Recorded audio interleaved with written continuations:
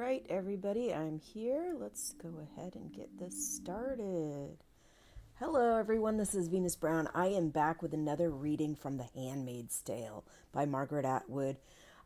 Last week, or not last week, Tuesday, I did my first reading from the book of the chapters. I started with chapter 1 and went into chapter 2.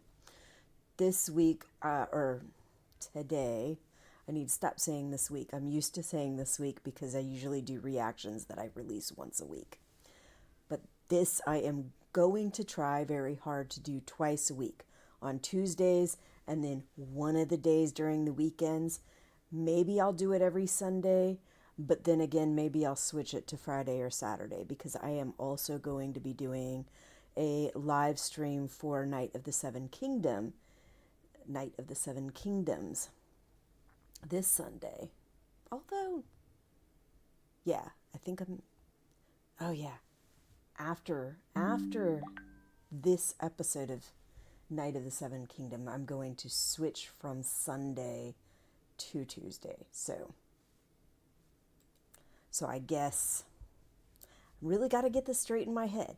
So I guess Handmaid's Tale Tuesday, and then one of the weekend days, maybe Friday, maybe Saturday, maybe Sunday. But right now, let's try for Sundays. And then next week, I am going to try to do them on Friday just because that's a little closer to when I usually do my reactions. And I am switching things off with my reactions. If you are watching my Gen V reactions, I am going to be taking a break until Night of the Seven Kingdoms is done, and possibly until Bridgerton season 4 is done. We'll see. It depends. Like, I have a lot going on, so I can't juggle too much. Anyway, Tuesdays, sometime in the weekend, I will try to do it around noon, at the latest 2:30 Eastern Time. That's Eastern Time, United States and Florida, so just in case you're wondering. Let's see, last week we did chapters 1 and 2, where we kind of learned a little bit about the situation of the handmaids, the roles of the handmaids and the Marthas, the fact that she has been kidnapped, her child has been taken, and she's now living in these reduced circumstances as a slave. Now, slave is my word. That is what I used, but I think it is an apt fit. She is being forced into this position. She is only allowed to move around and do the things that the realm has told the handmaids that they can do, and she is forced to basically follow the rules of her masters, which is the commander and his wife. Okay, we also meet the Marthas. Now, in the Handmaid's Tale, the handmaids are conducting a role almost of a concubine. They are there to give the commanders babies, and they do not have any rights to those babies after they give birth to them, other than maybe to nurse feed them, but that's about it. The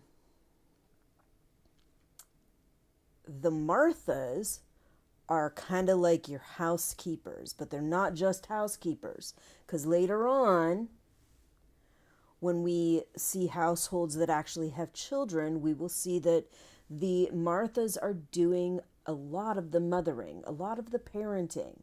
They are their nannies and their housekeepers. So keep that in mind. We also learned that the Marthas seem to have a little bit more, I think, freedom to kind of interact with each other about the things that they've been hearing through the grapevine and when they're in different households.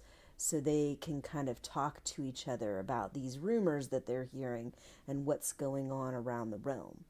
The handmaids, I think, are a little more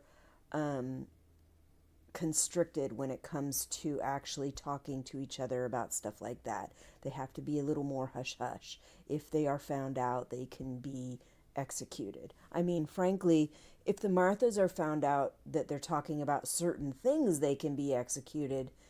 But most of the little random gossip that they speak about to each other, I don't think has nearly the same restrictions as it does for the handmaids.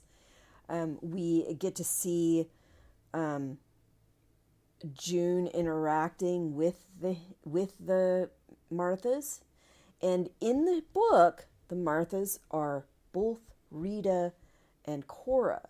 In the show, if you've watched the show, this household only has only has the Martha Rita, and Cora is in a completely different household.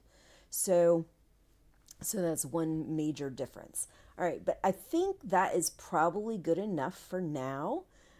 We should go ahead and get started with this reading. Let's first introduce the chapter.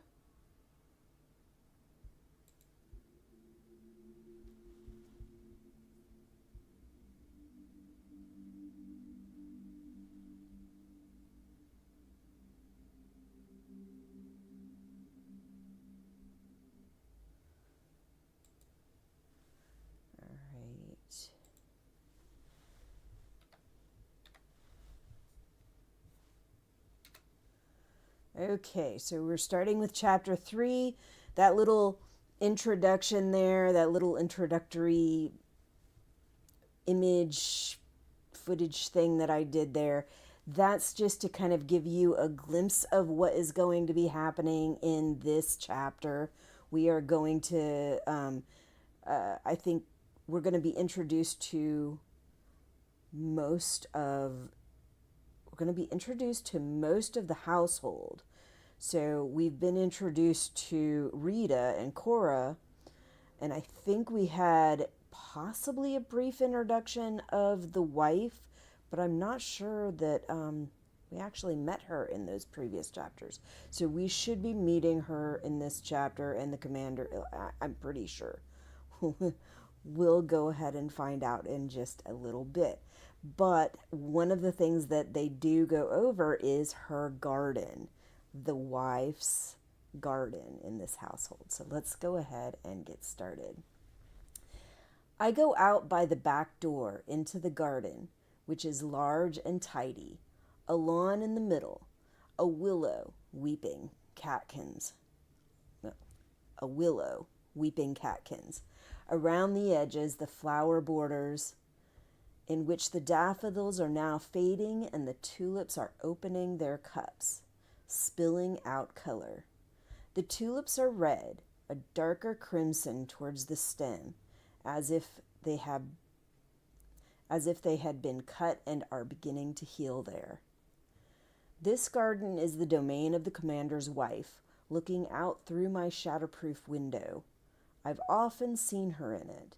Her knees are on a cushion, a light blue veil thrown over her wide gardening hat, a basket at her side with shears in it and pieces of string for tying the flowers into place. A guardian detailed to the commander does the heavy digging. The commander's wife directs, pointing with her stick. Many of the wives have such gardens.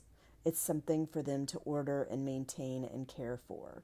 So if you were here last week and you have read the books, the wife in this book is handicapped. She has a limp. She carries a cane, and I think that's what they mean by her stick.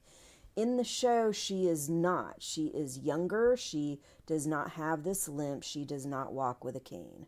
So that is a slight difference.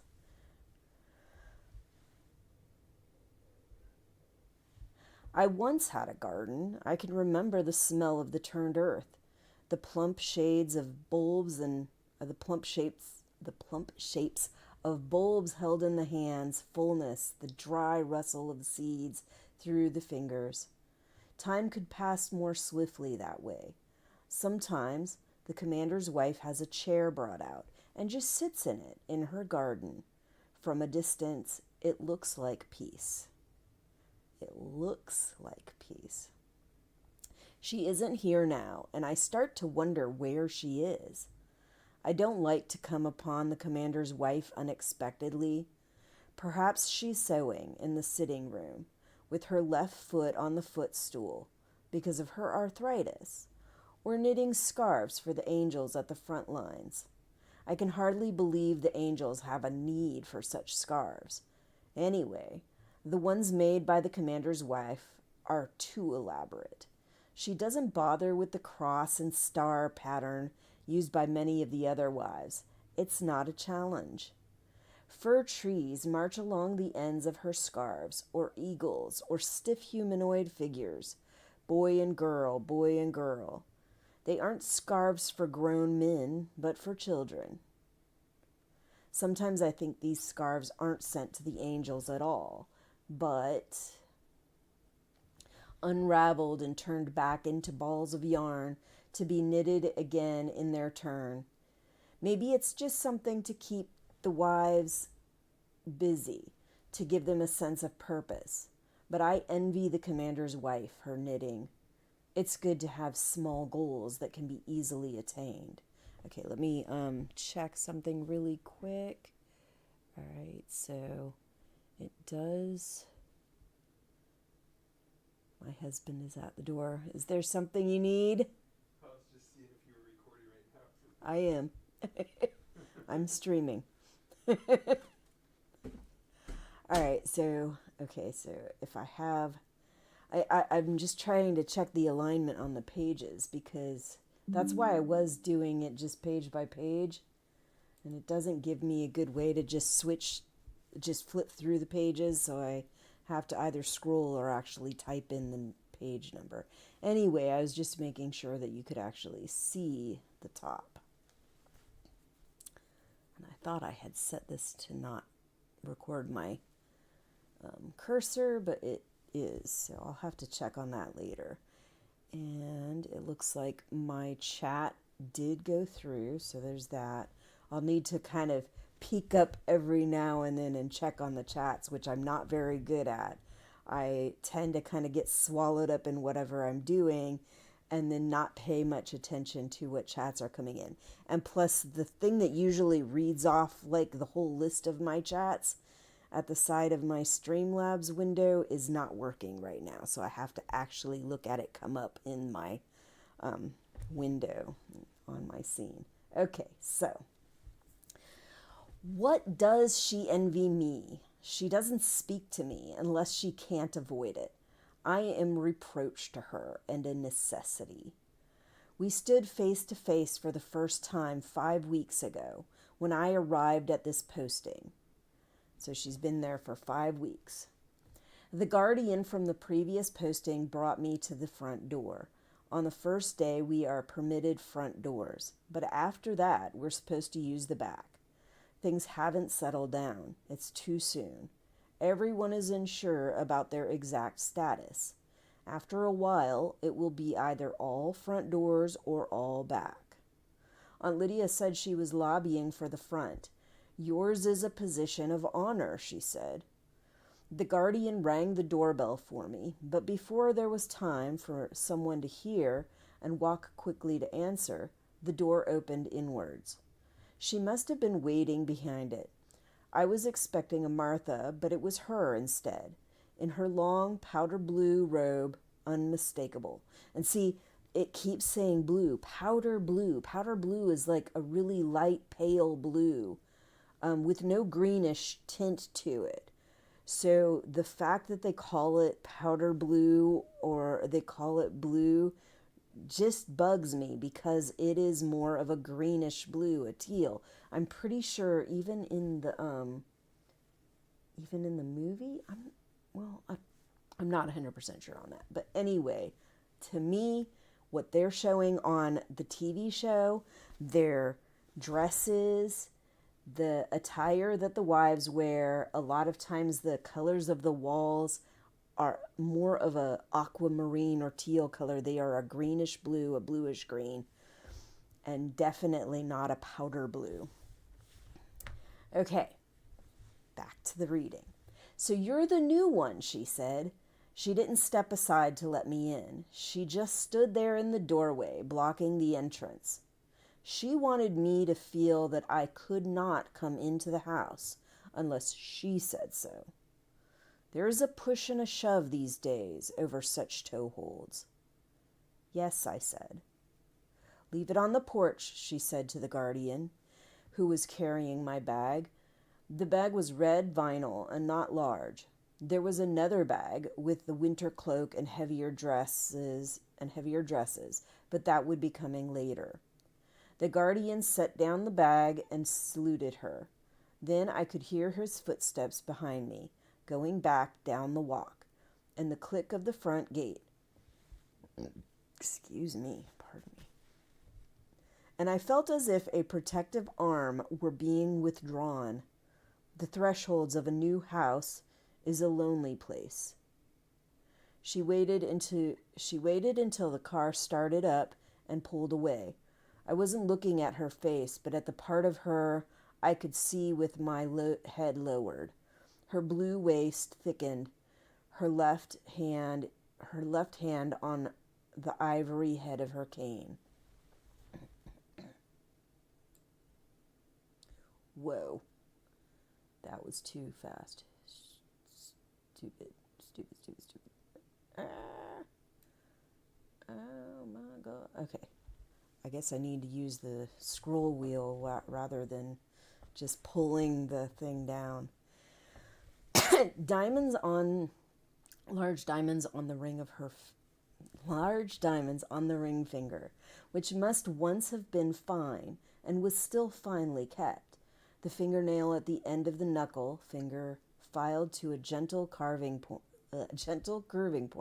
Okay, I'm like saying some things that are shadowing of what's to come much, much later. But yeah, we're not doing any carving right now. But there is an interesting focus on her hands and finger. So I wonder if that is intentional foreshadowing, which must have once have been fine and was still finely kept. The fingernail at the end of the knuckle finger filed to a gentle curving point. It was like an ironic smile on that finger, like something mocking her. That's an interesting way to put it. You might as well come in, she said. She turned her back on me and limped down the hall. Shut the door behind you. I lifted the red bag inside, as she'd no doubt intended, then closed the door. I didn't say anything to her. Aunt Lydia said it was best not to speak unless they asked you a direct question. Try to think of it from their point of view, she said, her hands clasped and wrung together, her nervous, pleading smile. It isn't easy for them. In here, said the commander's wife. When I went into the sitting room, she was already in her chair, her left foot on the footstool, with its petite point cushion, roses in a basket. Her knitting was on the floor beside the chair, the needles stuck through it. I stood in front of her, hands folded, so she said, she had a cigarette, and she put it between her lips and gripped it there, while she lit it. My friend keeps sending me Facebook posts. It's one of my best friends, so I will check on it later. But usually they're like TikTok reels and stuff like that. So I don't really care about that stuff, and I don't use TikTok very often at all. I've thought about it, but I haven't yet. So, all right. Her left foot on the okay.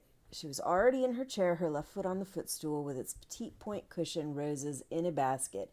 Her knitting was on the floor beside the chair, the needle stuck through it. I stood in front of her, hands folded. So she said.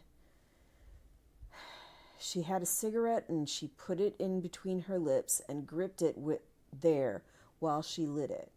Her lips were thin, held that way, with the small vertical lines around them you used to see in advertisements for lip cosmetics. The lighter was ivory colored. The cigarettes must have come from the black market, I thought, and this gave me hope. Even now that there is no real money anymore, there's still a black market. It's my friend again. There's always a black market. There's always something that can be exchanged. And so I think this is the second time that she said something about something that could be exchanged. So kind of a repeated pattern here in the book and in the show. The exchange of information, the exchange of favors, the exchange of whatever small exchanges you can get. She then was a woman who might bend the rules, but what did I have to trade? I looked at the cigarette with longing. For me, like liquor and coffee, cigarettes are forbidden. So old What's-His-Face didn't work out, she said. No, ma'am, I said. She gave what might have been a laugh and then coughed. Tough luck on him, she said. This is your second, isn't it? Third, ma'am, I said. Not so good for you either, she said. There was another cough and a laugh. You can sit down. I don't make a practice of it, but just this time. Okay, so let me clear this off. So it says on here that this is her actual third position. So she's already been in 2 households before. And we don't really, I think, in any of the show or the book, hear much of anything at all about either of her previous households that she was in. But that does mean that most likely that she went through those households and was not able to carry a child to term. I don't know that what was stated on here is necessarily indicative of that, except for the wife does say that that's not good for you. She went through those 2 households. She did not bear any children. And now this is her third attempt. And in Gilead, that's pretty much what they're given. 3 attempts. And then after that third attempt, we're going to find out what could happen if she does not get pregnant. I did sit on the edge of one of the stiff back chairs. I didn't want to. I didn't want to stare around the room. I didn't want to appear inattentive to her. So the marble mantelpiece to my right and the mirror over it and the branches of the flowers were just shadows. Then at the edges of my eyes. Later I would have more than enough time to take them in. Now her face was on level with mine. I thought I recognized her, or at least there was something familiar about her. A little of her hair was from under the veil. It was still blonde. I thought then that maybe she bleached it. That hair dye was something else she could get through the black market. But I know now that it really is blonde. Her eyebrows were plucked into thin arched lines, which gave her a permanent look of surprise, or outrage, or inquisitiveness, such as you might see on a startled child. But below them, her eyelids were tired-looking. Not so her eyes, which were the flat, hostile blue of a midsummer sky in bright sunlight, a blue that shuts you out. Her nose must once have been what was called cute, but now was too small for her face. Her face was not fat, but it was large.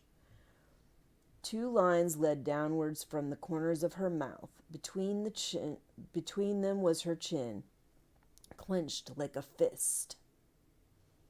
I'm just thinking of like if your lips are clenched. But how do you clench your chin? I guess, yeah, something like that. Anyway, I want to see as little of you as possible, she said. I expect you feel the same way about me. I didn't answer, as a yes would have been insulting, and a no contradictory.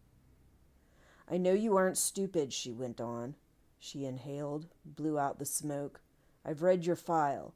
As far as I'm concerned, this is like a business transaction. But if I get trouble, I'll give trouble back. You understand? Yes, ma'am, I said. Don't call me ma'am, she said irritably. You're not a Martha. So this was something in the military, and not just in the military, but outside the military.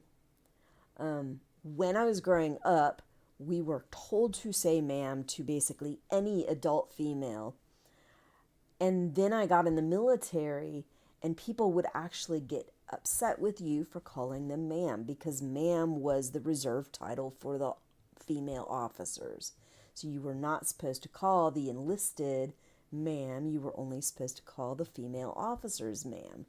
So that was weird. It took me a little getting used to, but what are you gonna do? Different people have different ideas about that stuff. And I also remember that the enlisted females that would get upset about that, they would say stuff like, don't call me ma'am, I work for a living. Like, seriously. So while we were required to take orders from these officers, and we looked on them as being in a higher position, a position of authority, there was definitely a decent amount of heavy animosity towards some of them for being in these leadership positions, yet feeling like they're not doing some of the real work that's going on in the platoon and in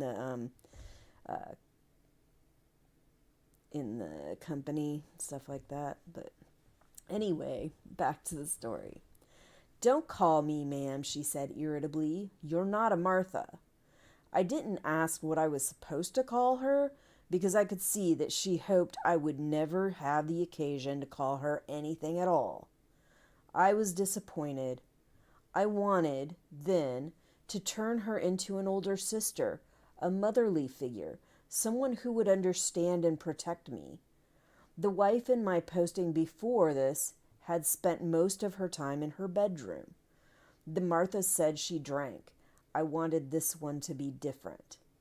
I wanted to think I would have liked her in another time and place, another life. But I could see already that I wouldn't have liked her, nor she me. So I guess in that respect, she does speak a little teeny about her previous posting, that the previous wife just kind of stayed in her room and supposedly drinking. And she just wanted somebody there, but somebody that's protective. And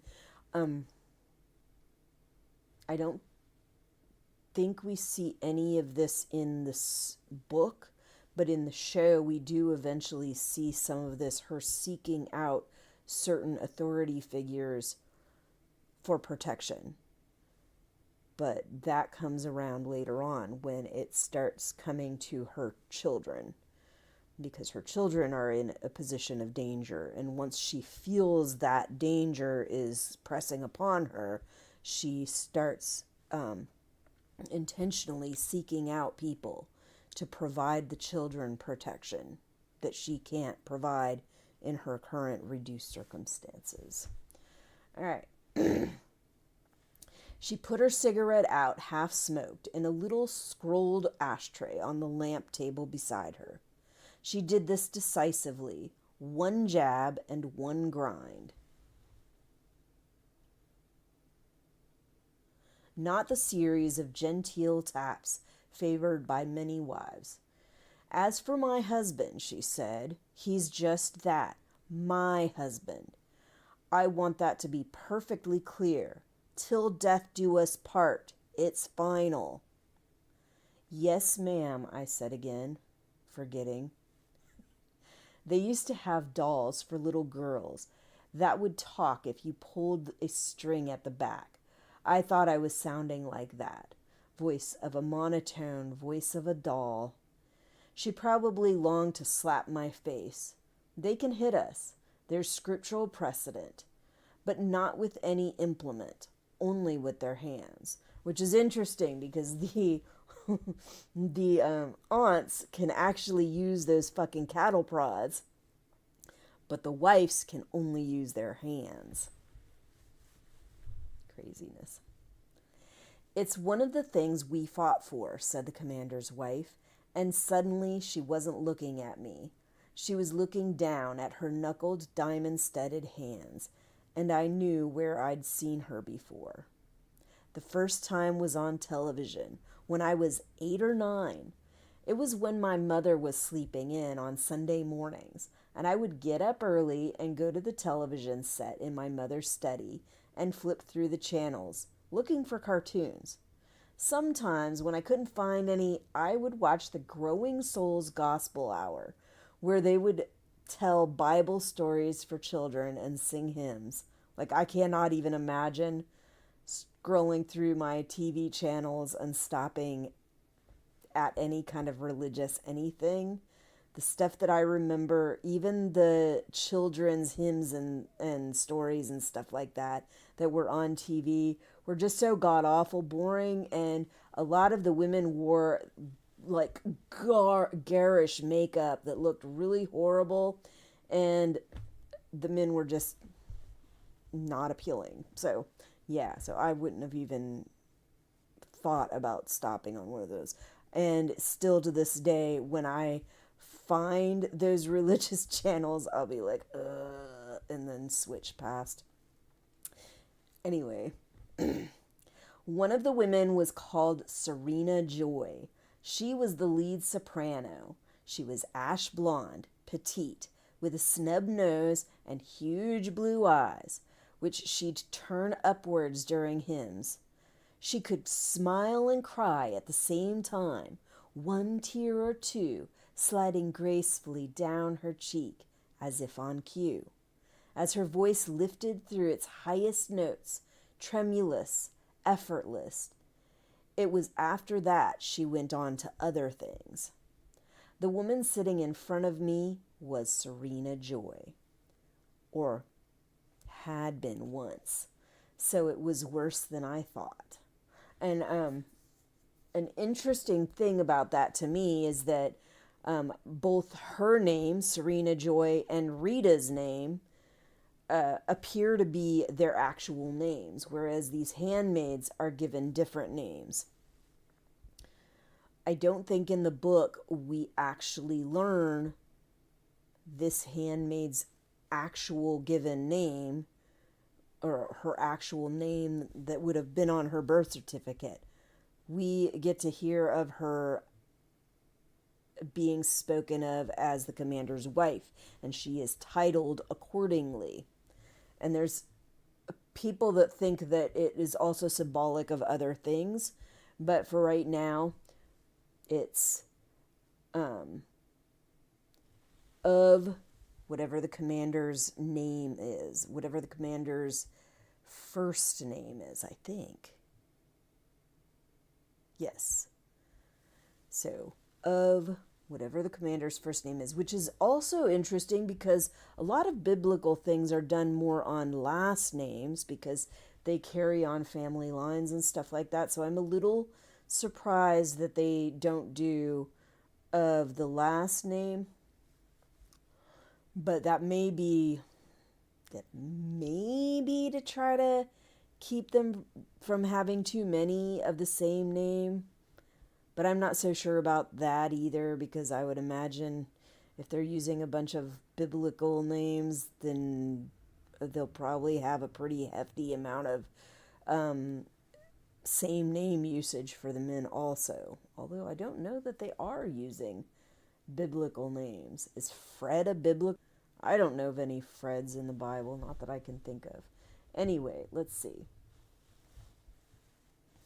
All right, so that was the end of chapter 3. Now we're going to get started with chapter 4. Let me go and introduce that. Uh-oh, I did not.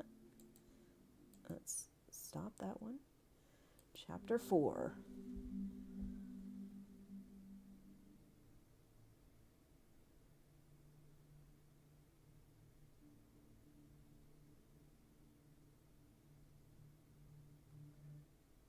All right. So we're going to be meeting Nick on the show.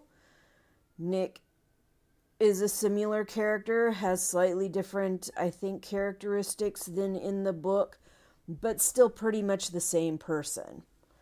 And I think there's parts in the show where people get mad about the way he is, the way he's acting or whatever.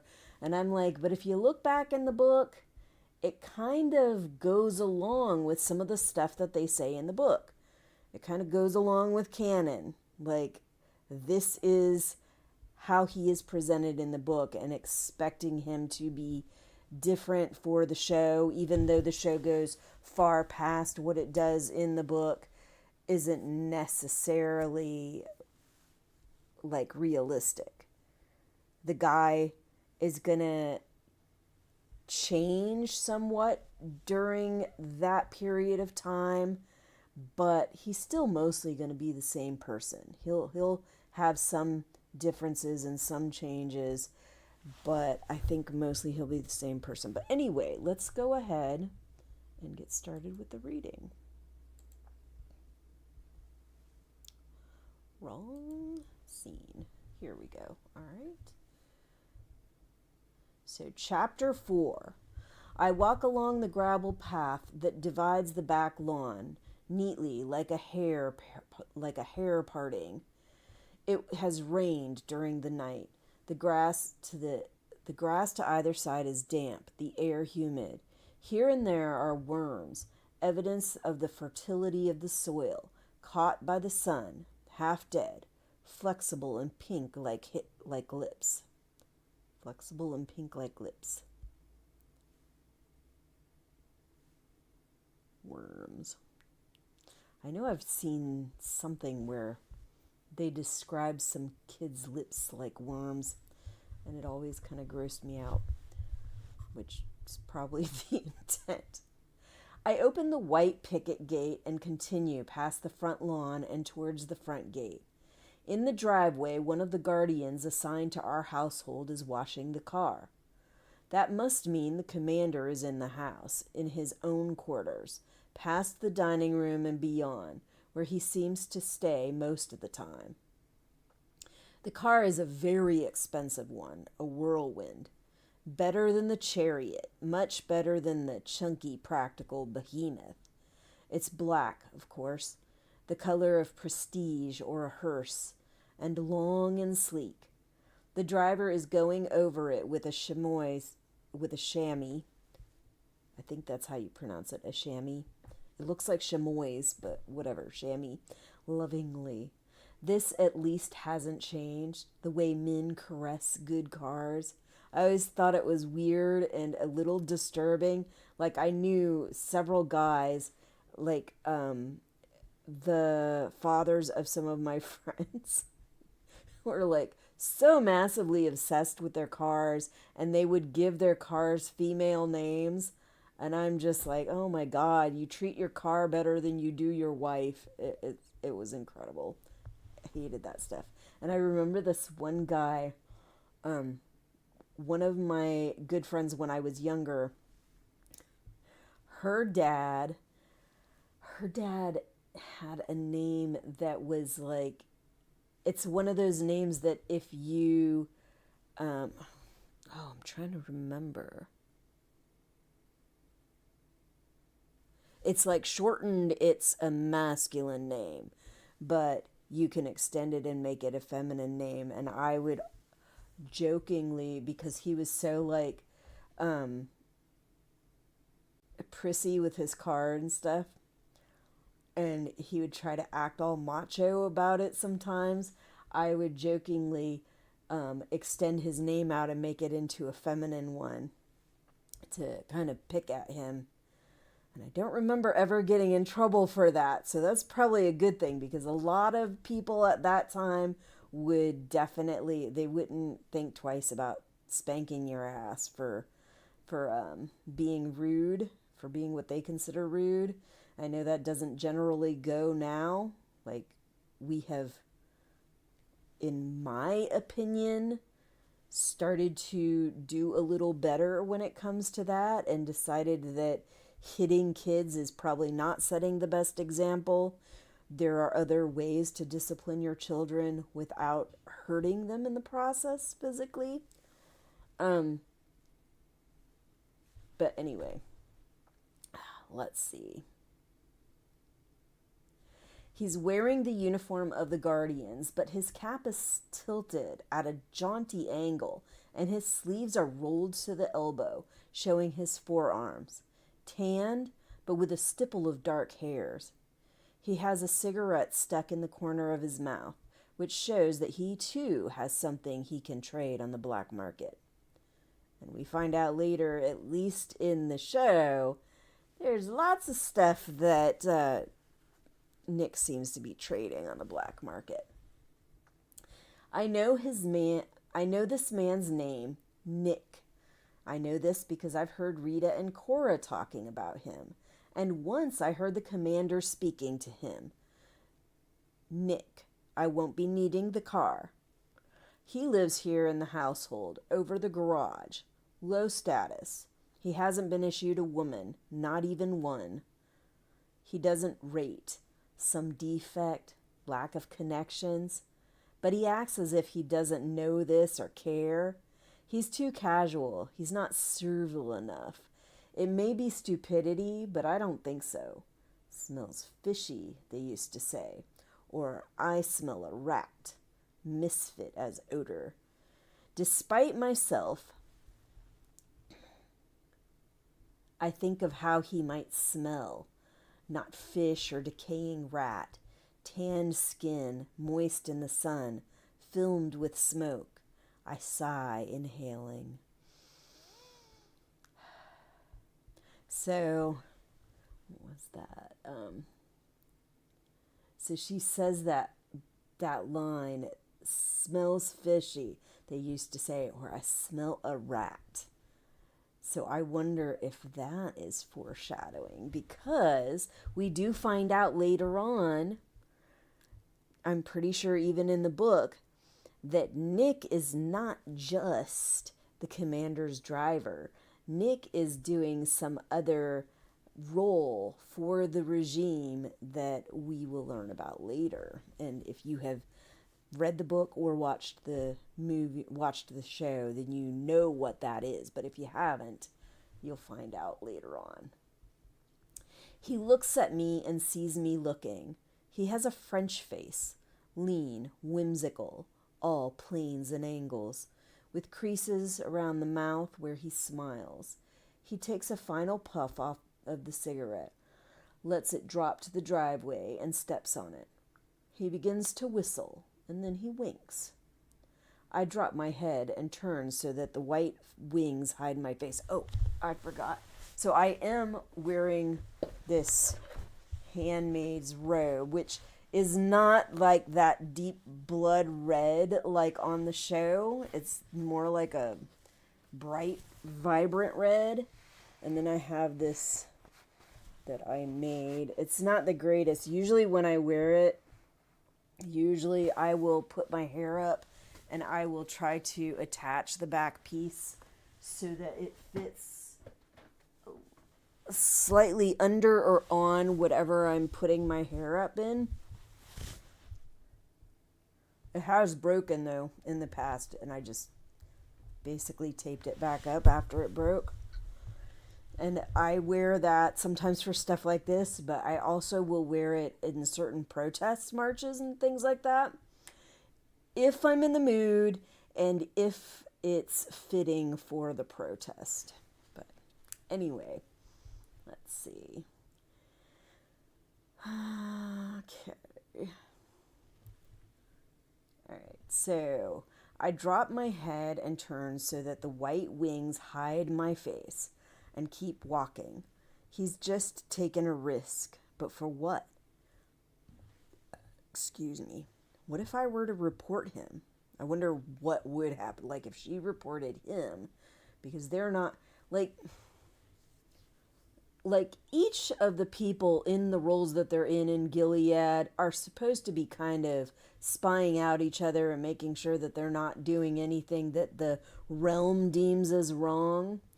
So maybe they might look at some report that she gives on somebody else with value or something. Maybe they might do something about it. But I suspect that because she's a handmaid, they probably wouldn't even pay it any mind, but I don't know.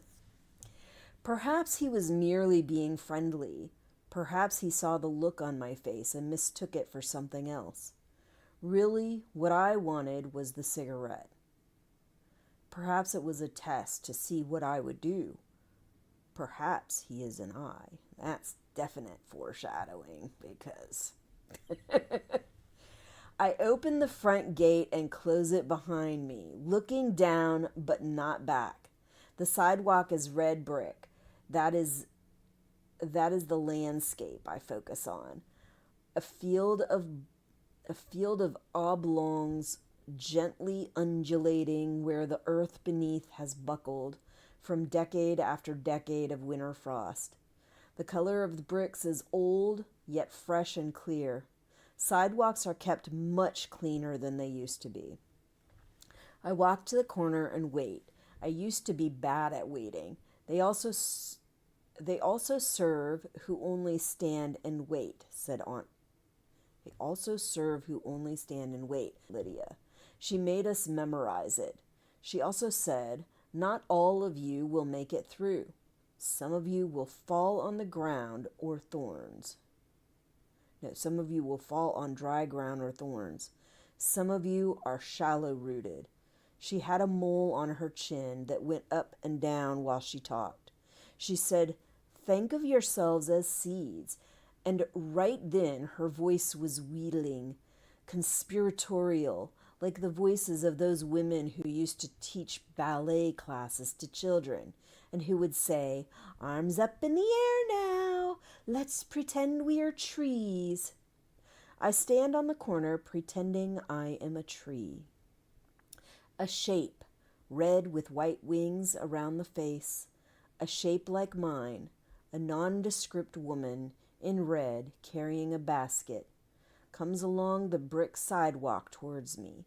She reaches me and we peer at each other's face, looking down the white tunnels of cloth that enclose us.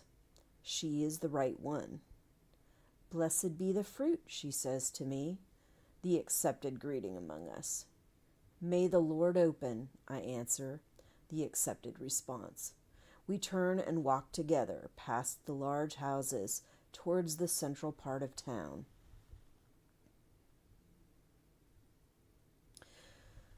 We aren't allowed to go there except in twos. This is supposed to be for our protection, though the notion is absurd. We are well protected already. The truth is that she is my spy as I am hers. If either of us slips through the net because of something that happens on one of our daily walks, the other will be accountable. This woman has been my partner for 2 weeks. I don't know what happened to the one before. On a certain day, she simply wasn't there anymore. And this one was there in her place. It isn't the sort of thing you ask questions about, because the answers are not usually the answers you want to know. Anyway, there wouldn't be an answer. And we'll see some of that later on in further situations. This one is a little plumper than I am. Her eyes are brown. Her name is Of Glen, so Of Glen, and June in this story is Of Fred, and I think they call her Offred. So that was one of the things that when they were talking about the symbolism of the name, red, of Fred, of red, like, anyway, and this one is of Glen. Of Glen, off Glen, off Glen. And that's about all I know about her. She walks demurely, head down, red-gloved hands clasped in front, with short little steps like a trained pig's on its hind legs. During these walks, she has never said anything that was not strictly orthodox. But then, neither have I. She may be a real believer, a handmaid in more than name. I can't take the risk. The war is going well, I hear, she says. Praise be, I reply. We've been sent good weather, which I receive with joy. They've defeated more rebels since yesterday. Praise be, I say. I don't ask her how she knows. What were they? Baptists. They had a stronghold in the Blue Hills. They smoked them out. Praise be. Sometimes I wish she would just shut up and let me walk in peace. But I am ravenous for news. Any kind of news. Even if it's false news, it must mean something. So this whole like interaction between her, and she's like thinking in her head that this girl seems really pious or whatever, and she doesn't know if maybe she's a true believer, if she's a handmaid in more than just name. But really, they're both doing the same thing because they have to, because if they are caught not sticking to this orthodox prescribed transcript of things that they are allowed to say, they can get in trouble. And the other person can get them in trouble. Anybody that sees or hears them engaging in this behavior while they're walking by can get them in trouble. So it's pretty much you're going to stick to this strict transcripts of things that people are allowed to say. And if you're going to say anything that wouldn't be okay with anybody in the realm, you're going to try to make sure that nobody else can hear you, that nobody else knows what's going on. We reach the first barrier, which is like the barriers blocking off roadworks or dug up sewers. A wooden crisscross painted in yellow and black stripes, a red hexagon, which means stop. Near the gateway, there are some lanterns, not lit because it isn't night. Above us, I know there are floodlights attached to the telephone poles for use in emergencies. And there are men with machine guns in the pillboxes on either side of the road. So they have the freedom to walk these ways, but there is always the chance that you are being spied upon. They have these floodlights for emergencies. They have these guys up in pillboxes with machine guns spying over the road, looking down at what's going on, trying to make sure that nothing is amiss. I don't see the floodlights and the pillboxes because of the wings. I just know they're there. Behind the barrier, waiting for us at the narrow gateway, there are two men in the green uniforms of the Guardians of the Faith, with the crests on their shoulders and berets, two swords crossed above a white triangle. The Guardians aren't real soldiers. They're used for routine policing and other menial functions, digging up the commander's wife's garden, for instance. And they're either stupid or older or disabled or very young, apart from the ones that are eyes incognito. So another reference to the eyes. These two are very young. One mustache is still sparse, one face is still blotchy. Their youth is touching, but I know I can't be deceived by it. The young ones are often the most dangerous, the most fanatical, the jumpiest with their guns. They haven't yet learned about existence through time. You have to go slowly with them. Last week they shot a woman right about here. She was a Martha. She was fumbling in her robe for her pass, and they thought she was hunting for a bomb.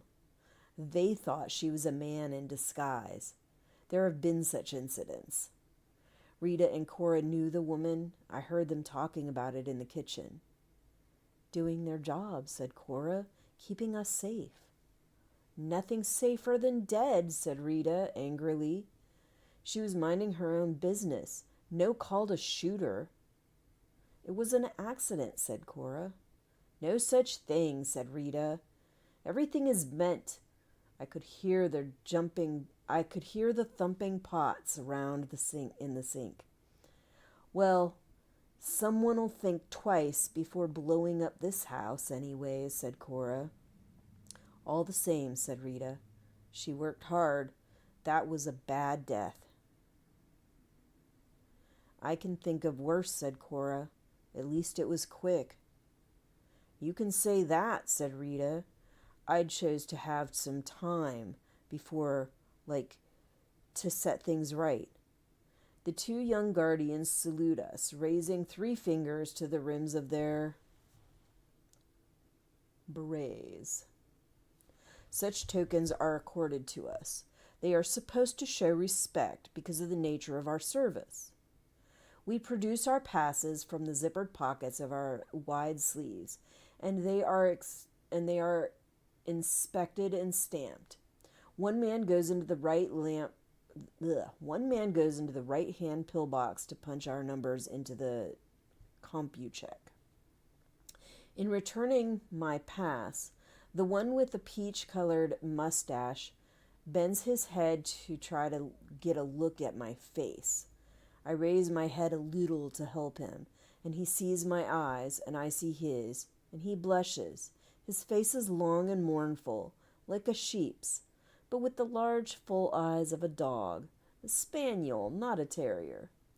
His skin is pale and looks unwholesomely tender, like the skin under a scab.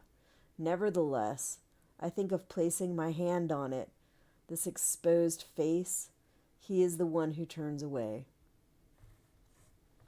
It's an event, a small defiance of rule, so small as to be undetectable. But such moments are the rewards I hold out for myself, like the candy I hoarded as a child at the back of a drawer. Such moments are possibilities, tiny peepholes.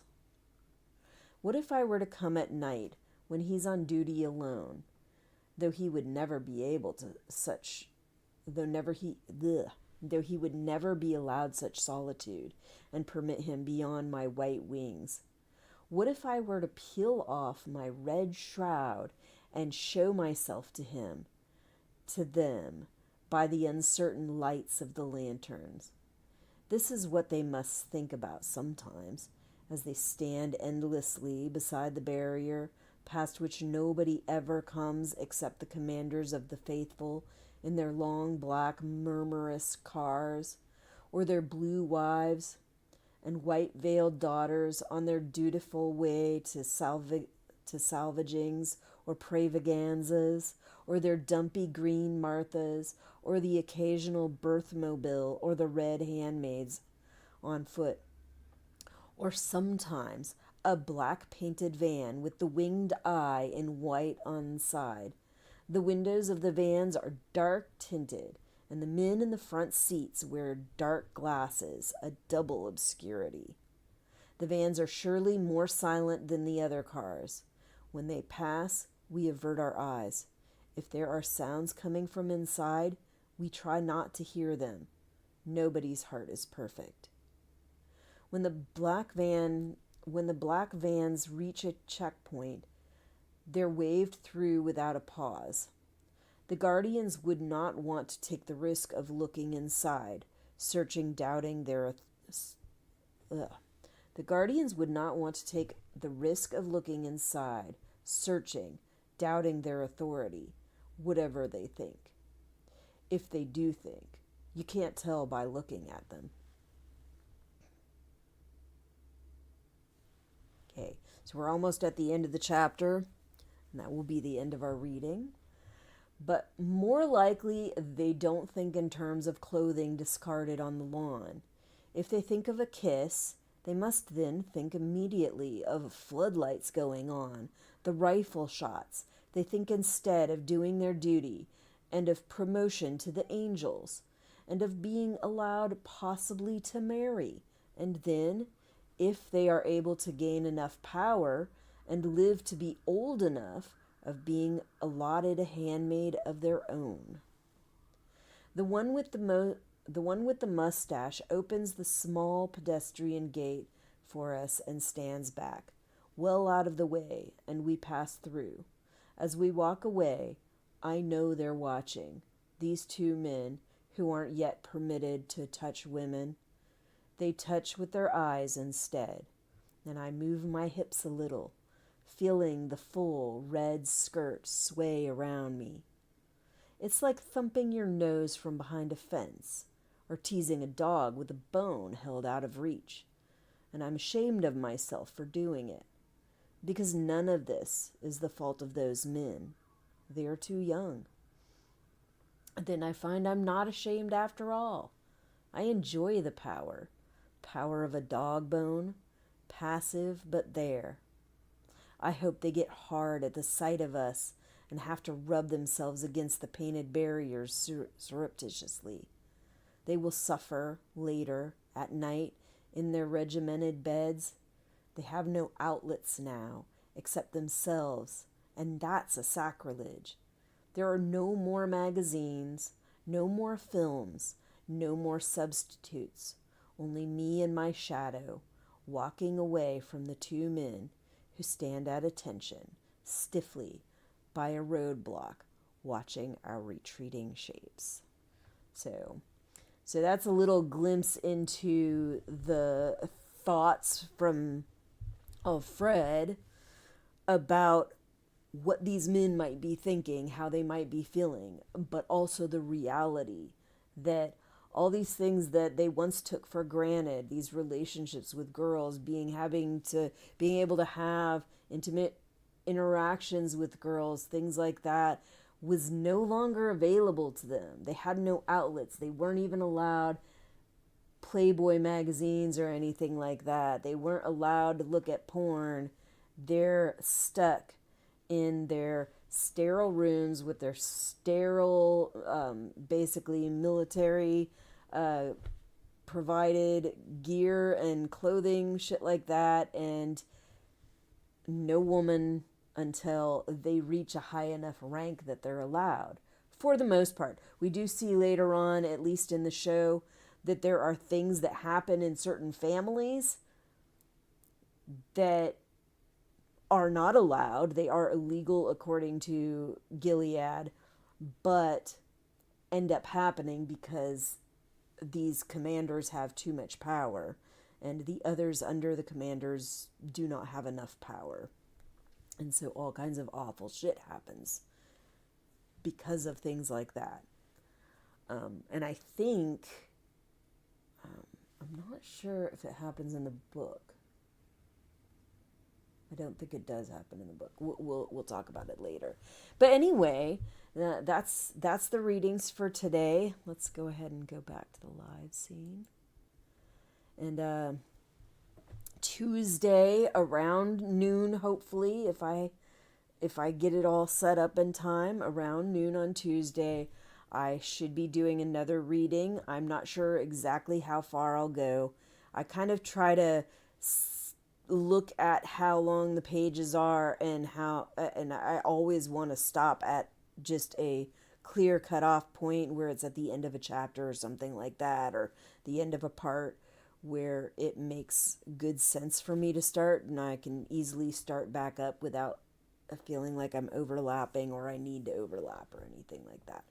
But yeah, Tuesday we'll start chapter 5 and we'll see how far we'll get. I will label the title according to whatever I am going to read. So if you see the titles, you'll be able to tell what I plan on reading that day.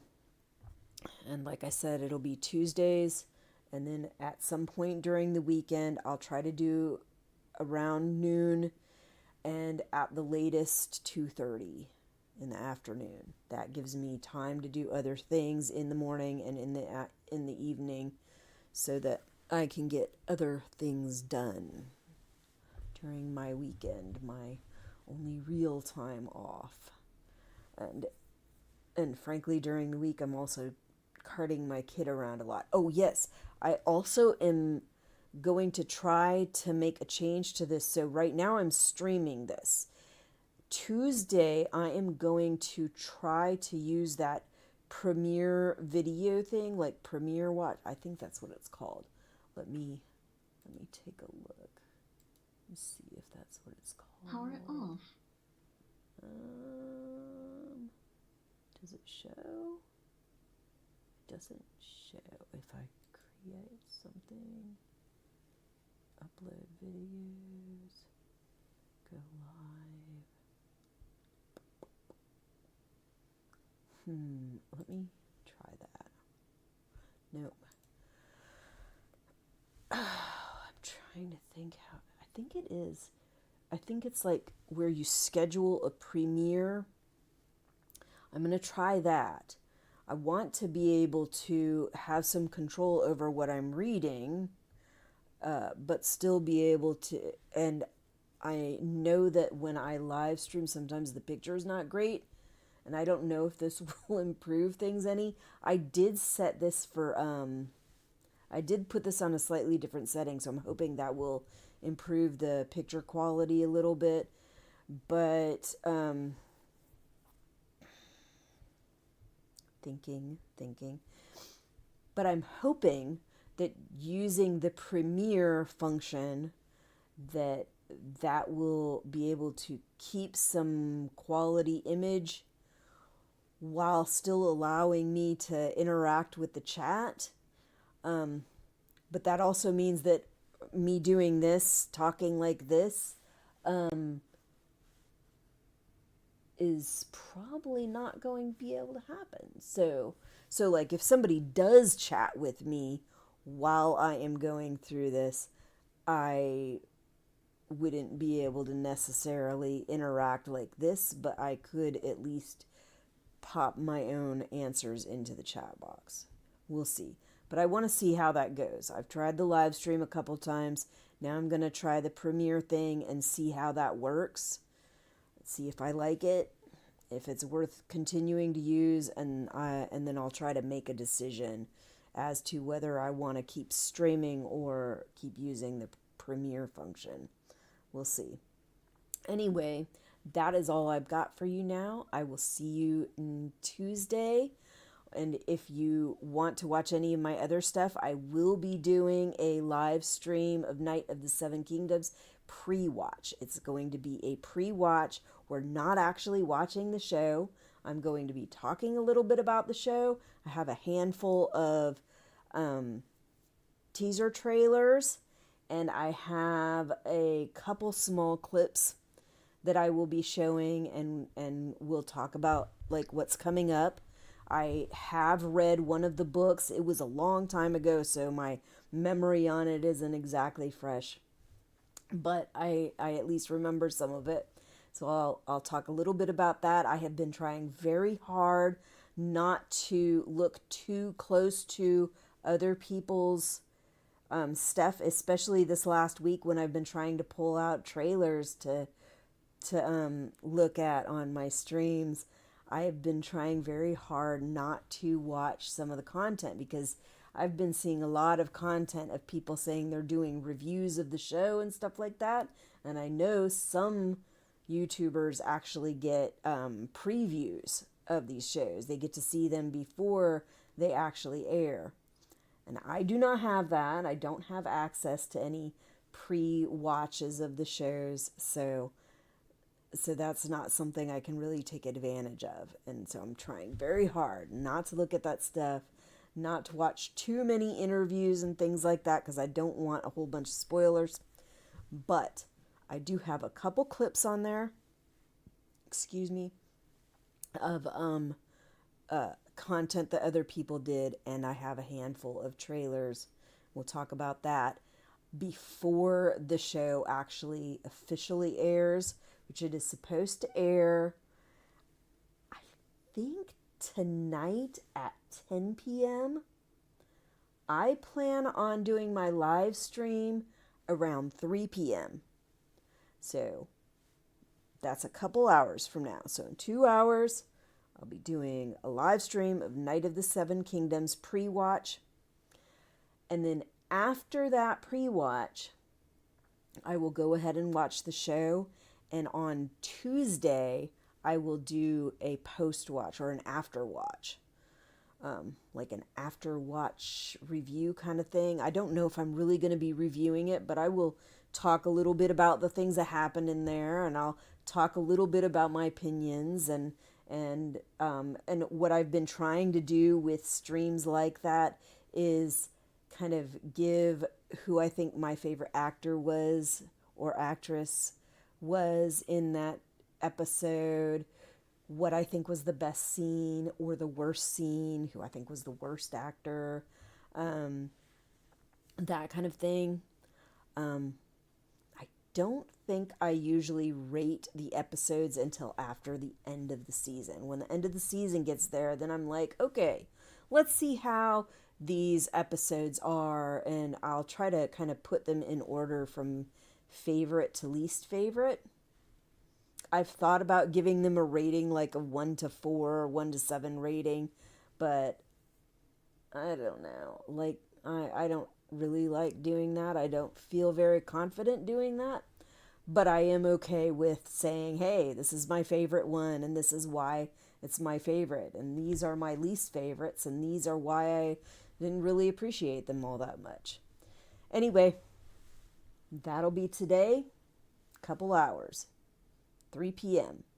Eastern Time. And the next time I come on here for Handmaid's Tale will be Tuesday around noon. Shouldn't be later than 2 p.m. or 2:30 p.m. And if you still watch my reactions, I am still going to be posting reactions to Tokyo Ghoul Re.